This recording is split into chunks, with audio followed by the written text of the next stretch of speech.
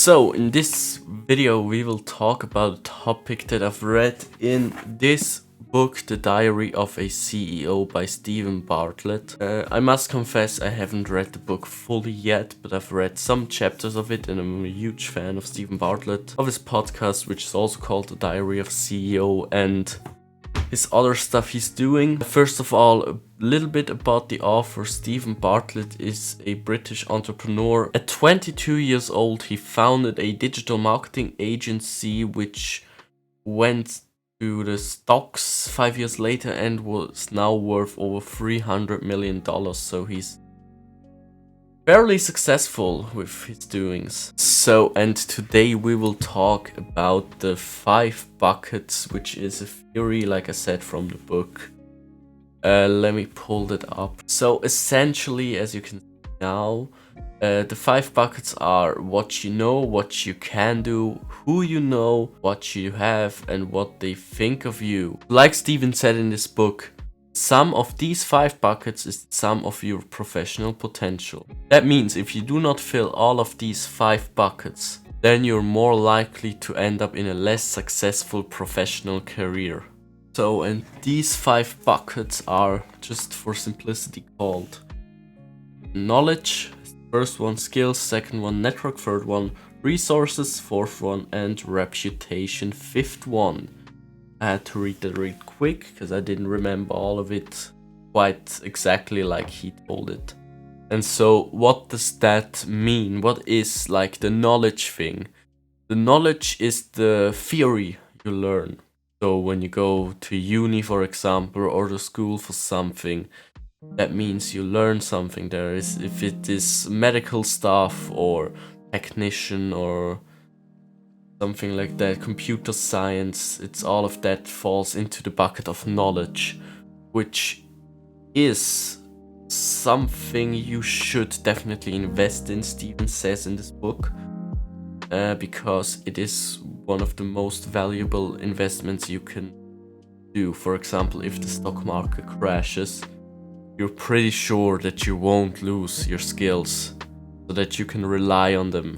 So the second one is skills. You get skills through applying your knowledge to the practical part of your career. For example, if you studied medical stuff, then you will work in a hospital as a nurse or something like that, and you will apply your knowledge, and that builds, second bucket, your skills.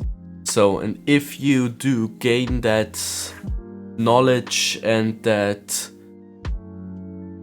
if you do gain that knowledge and those skills, you essentially are more valuable on the professional market, which makes you, in fact, as a person and your skills, more valuable to your employers, for example, your hospital, if you study medicine. And so you can build your network with that further on.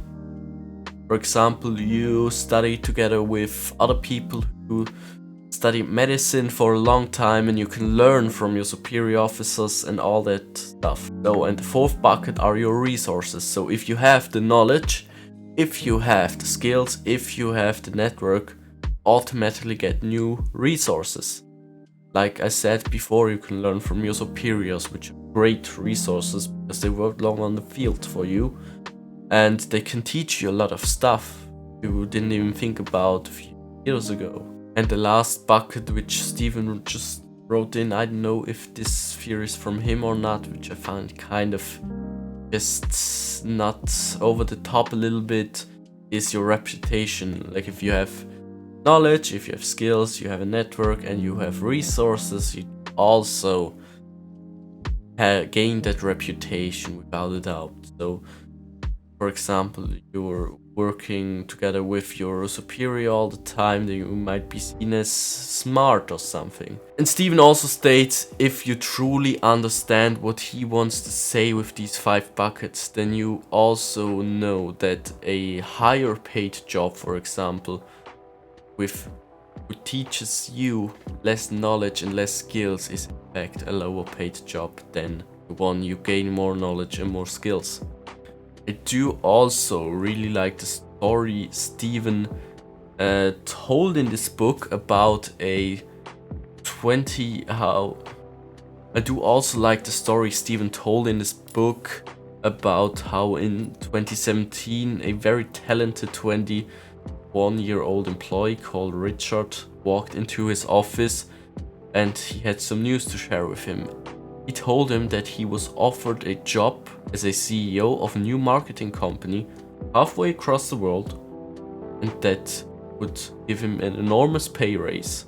It was almost double of what they've paid him.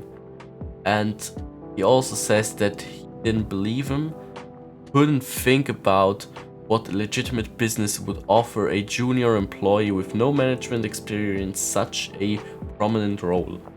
However, he did eventually accept his claims and he was supporting him in his transition out of the company. And as it turned out, he was wrong. Richard was telling the truth. He did get offered the job at the other business. A month later, he became the new CEO of the company, moved to New York, and started his new life as a C-suite executive in the Big Apple, leading a team of more of 20 people in a rapidly growing company. But unfortunately, that was not the end of the story. As life would Richard, there's no skipping the first two buckets. Like I said before, knowledge and skills. If you're playing for long-term, sustainable results.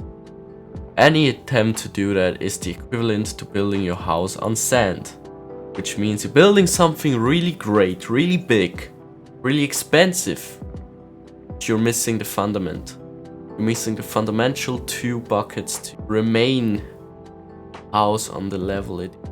Within 18 months, the once promising company had gone under, lost its employees and ran out of money, and became shrouded in controversy relating to management practices, which was also because Richard didn't have the experience from the first two buckets.